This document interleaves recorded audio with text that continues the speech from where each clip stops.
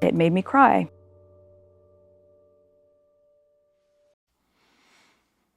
This one's wife. Basic Baggy Beige. Hello, I'm H.G. Tudor. Did you notice that in Austin in Texas, there was a sack moving across the stage and holding a microphone, and inside the sack was a bronzed person? Yes, it was this one's wife, sporting another fashion abomination, wearing clothing that was far too big for her, wrinkled and creased, and once again, beige. This one's wife added to the list of fashion abominations. We already have a fairly substantial list, don't we? We have Kermit Goes to Church, Fridge by Valentino, Zebra by Grift, Tent by Army Surplus. Chairman Mao Goes to New York, The Bouncing Berry of Harlem, Hyacinth Bouquets, Settee Cover, Teacup by Royal Dalton, One of Our Jowers is Missing, Obi-Wan Kenobi's Robes, Overripe Burst Tomato Lady, Poo Emoji Hat. And now we have this wrinkled, oversized, basic, baggy, beige sack that she has worn. Now you might think, HG, you're being rather cruel commenting upon somebody's clothing, but it is within context. First of all, it's in context because, as I've explained to you before, she puts this clothing on and thinks that she looks really good. Many of you would think, if I was wearing that, I'd see it was too big for me, it didn't suit me, that the sleeves are too long, so they're all rucked up, that it's too long for me because I've got these short chicken legs, and as a consequence, it drags along the floor. It's once again beige or magnolia or oatmeal. I think officially it's called greige. Nevertheless, you would think, if I'd put that on, I would either think it doesn't suit me, so I choose something else, or I might look at making some adjustments to it so that it would suit me.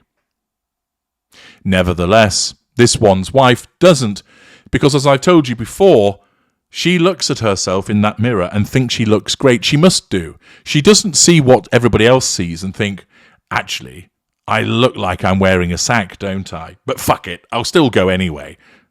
She doesn't. She looks at the clothing that she wears and thinks, absolutely so good I could eat myself. Why? Because her narcissism does that. Her narcissism deludes her into believing that she's more attractive than she is a fashion icon, that she's cleverer than she actually is, that her speeches are more interesting than they are. It makes her believe that she is this fabulous female when she isn't.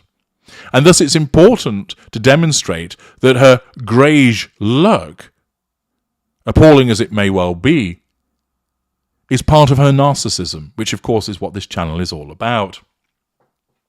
But interestingly, it would appear that Tamara Abraham, who is the apparent fashion editor at The Telegraph, who surely must be on a backhander from this one's wife, states, "Serious greige and a new husband shirt, decoding the Duchess of Sussex's International Women's Day's look."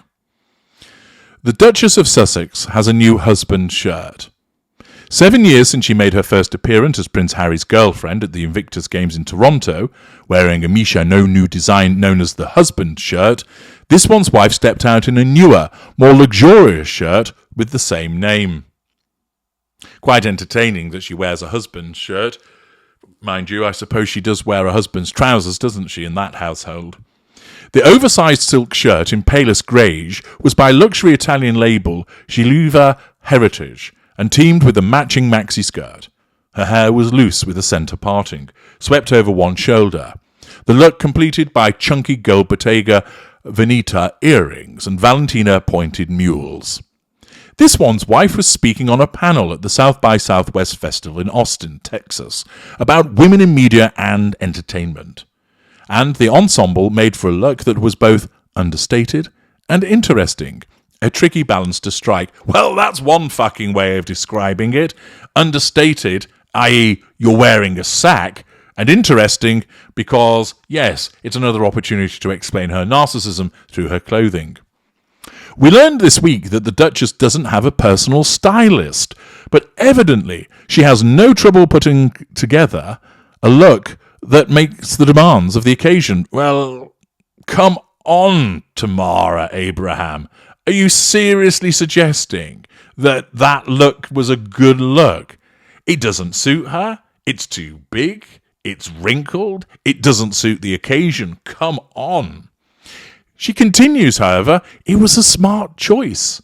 If you think about what she might have anticipated other women on the panel to be wearing, most likely a suit, as we saw on fellow panellists Brooke Shields, Katie Couric, and moderator Erin Haynes, all of whom look far better dressed than this one's wife, maybe there would be a midi dress. In the less obvious shirt maxi skirt cohort, this one's wife will have known that she'll stand out visually. Well, she certainly did, because everybody would be saying, is that a sack with a microphone there? Is that a bowl of oatmeal that's talking to us? She will have considered how the rest of the world would be looking at her outfit too. Yes, she'll have been thinking, they'll be adoring me because I'm utterly adorable. On a landscape video screen or a screenshot of that, she wouldn't be thinking about those things at all. Much like the Zoom dressing we all did during the pandemic, the shirt and earrings work well when we see her in that context too. It's still the quiet, understated fashion we've come to expect from her. Looking like Kermit the Frog, that was understated, wasn't it? Wearing a poo emoji hat, that was understated also. Bowling up, looking like Chairman Mao, particularly understated, and perhaps the pièce de la résistance was the overripe burst tomato lady. All of those looks were particularly understated. Yes. It's the kind of thing that she wears when she wants us to focus on what she's saying, not what she's wearing. Bullshit. But perhaps she's come to accept that, as one of the most famous women in the world, whatever she wears is news, so she might as well have fun with it. Well, I don't think she's having any fun with it because she's devoid of fun. In actual fact, everybody else is going to be having fun with it, taking the piss out of it. After all, I know for a fact that as soon as she appeared in this outfit, across social media, various people would have been asking, is that a sack over there? Why is she dressed up as a bowl of oatmeal? Oh, look, she's in beige again, despite that being the colour that the royal family made her wear and evidently traumatised her.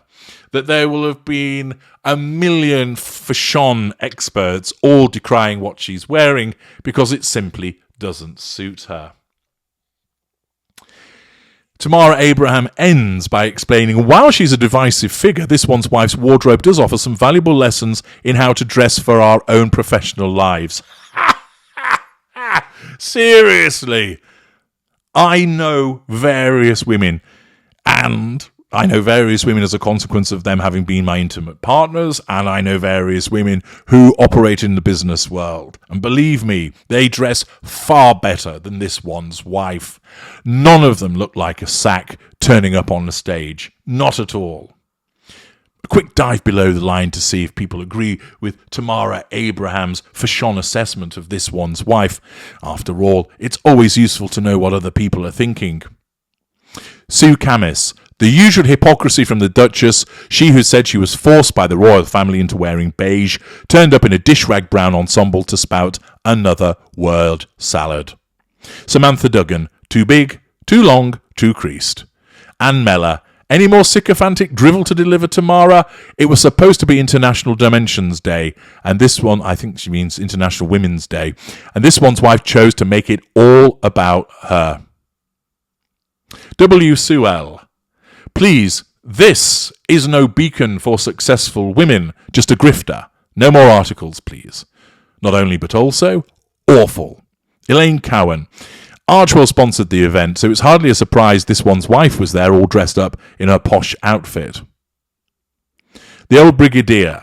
It's a bloody dress. Thousands of women wear them every day, or they wear trousers. Suggest you go to Ukraine and write about how women cope in the middle of a war.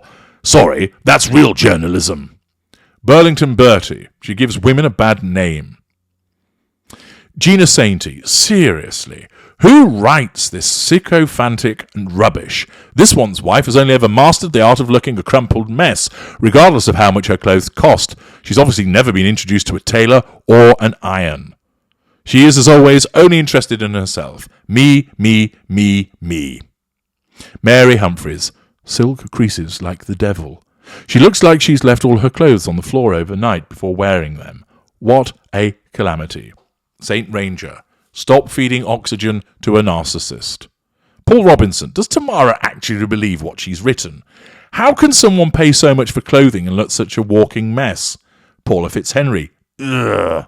Richard Custance.